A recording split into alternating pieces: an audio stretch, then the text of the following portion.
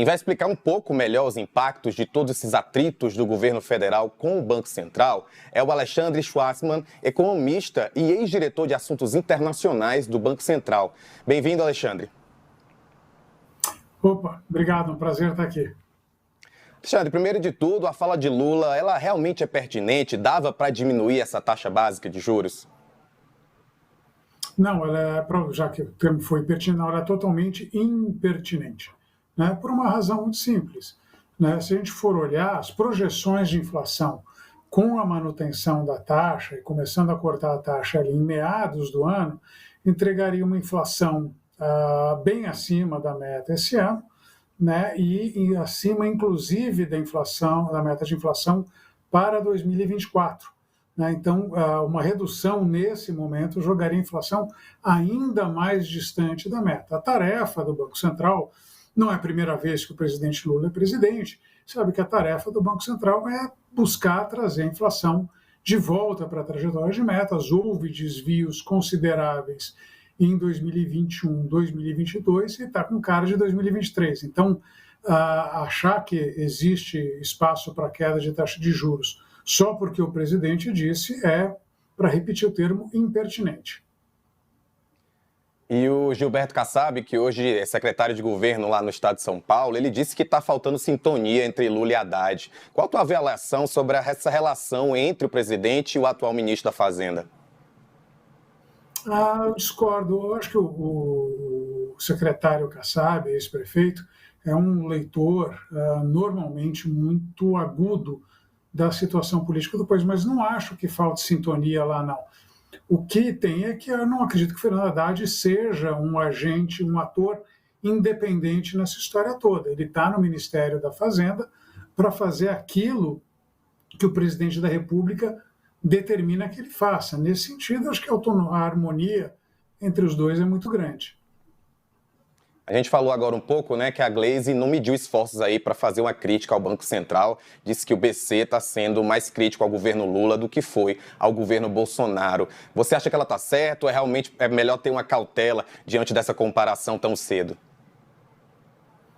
Não é questão de cautela, é uma questão de fato, ela está errada, né, e dá para mostrar isso. Eu inclusive, né, até por motivação aí desse tópico, eu fui levantar nas atas do Copom, desde o final de 2021, quantas vezes ele se manifestou com relação à questão fiscal de maneira crítica. E, basicamente, entre outubro de 2021 e dezembro de 2022, o Banco Central se manifestou de maneira crítica em todas as suas atas daquele período, inclusive chamando a atenção quanto aos riscos que se levavam ao arcabouço fiscal, quanto aos riscos que eram oriundos da decisão ali em meados do ano de não contabilizar os recursos gastos no Auxílio Brasil para fins do teto.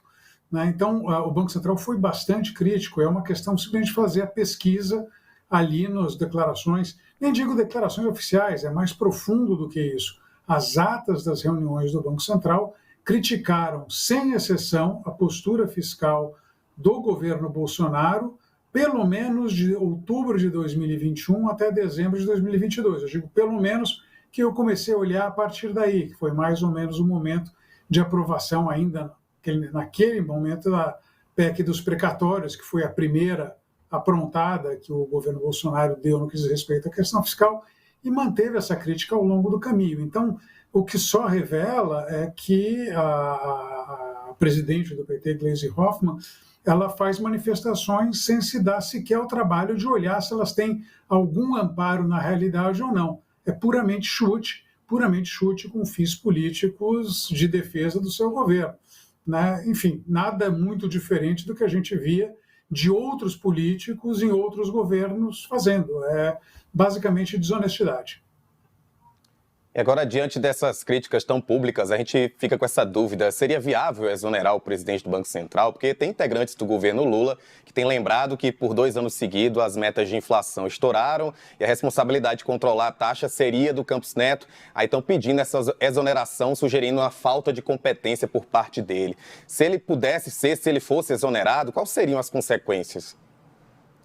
Bom, primeiro no mínimo curioso, porque se o presidente do Banco Central não entregou a inflação na meta, é porque ele não subiu o juro suficientemente rápido. Como é que isso casa com a crítica de que o juro está muito alto? É uma coisa que me escapa. Você não pode ser simultaneamente a favor de cortar o juro e criticar o presidente do Banco Central por ele não ter subido o juro o suficiente. Mas isso dito, é possível, quer dizer, existe uma discussão a esse respeito. Quer dizer, a própria autonomia contempla essa possibilidade, é uma coisa que tem que passar, obviamente, no Senado, precisa da maioria do Senado para destituir o presidente do Banco Central.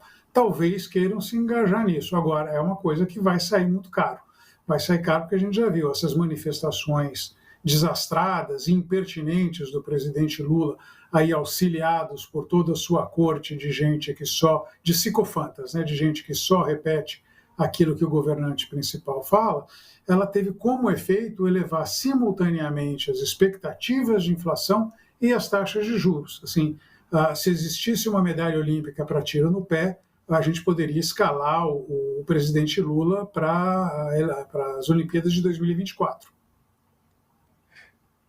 Alexandre, hoje o Campos Neto defendeu a autonomia do Banco Central, como a gente está falando agora, como uma forma de manter desvinculada a política monetária e os ciclos presidenciais. Você concorda com ele? O BC realmente precisa dessa autonomia? Está sendo uma decisão correta em ser mantida?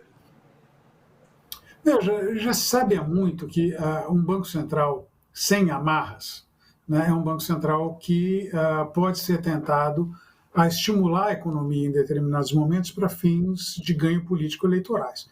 Então, e isso tende a produzir uma inflação que, em média, é mais alta do que seria desejável por boa parte das economias. Então, ao longo dos últimos 50, 60 anos, o que houve foi um movimento do mundo todo no sentido, primeiro, de estabelecer para os bancos centrais alguma meta no que diz respeito ao controle da inflação, por um lado, e, por outro lado, blindar os bancos centrais da influência política do governante de plantão.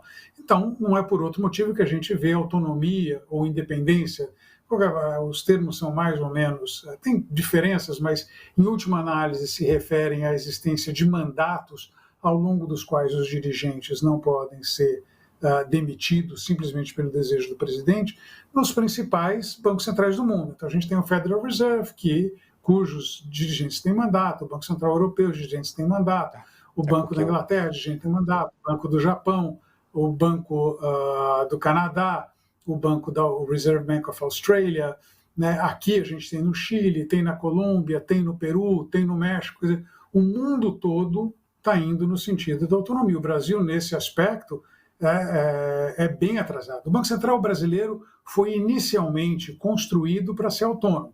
Autonomia que, diga-se de passagem, foi destruída pelo então presidente Costa e Silva. Então, foi o regime militar que, na verdade, retirou a autonomia do Banco Central e assim ficamos até hoje.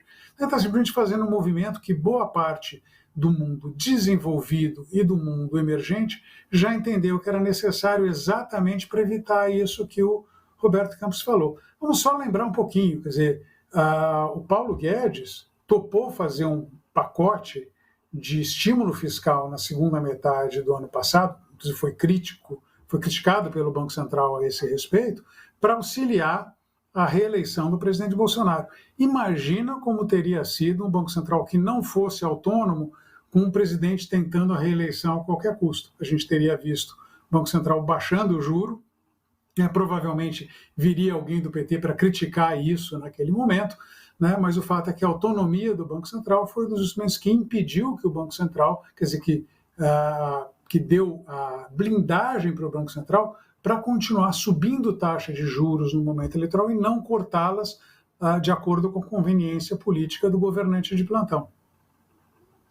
Alexandre, obrigado por elucidar essa dúvida que muita gente está tendo ainda, inclusive por conta, né, dessas discussões que estão tendo essa semana, e agradeço pela entrevista. Espero te ver de novo aqui no Boletim Metrópolis.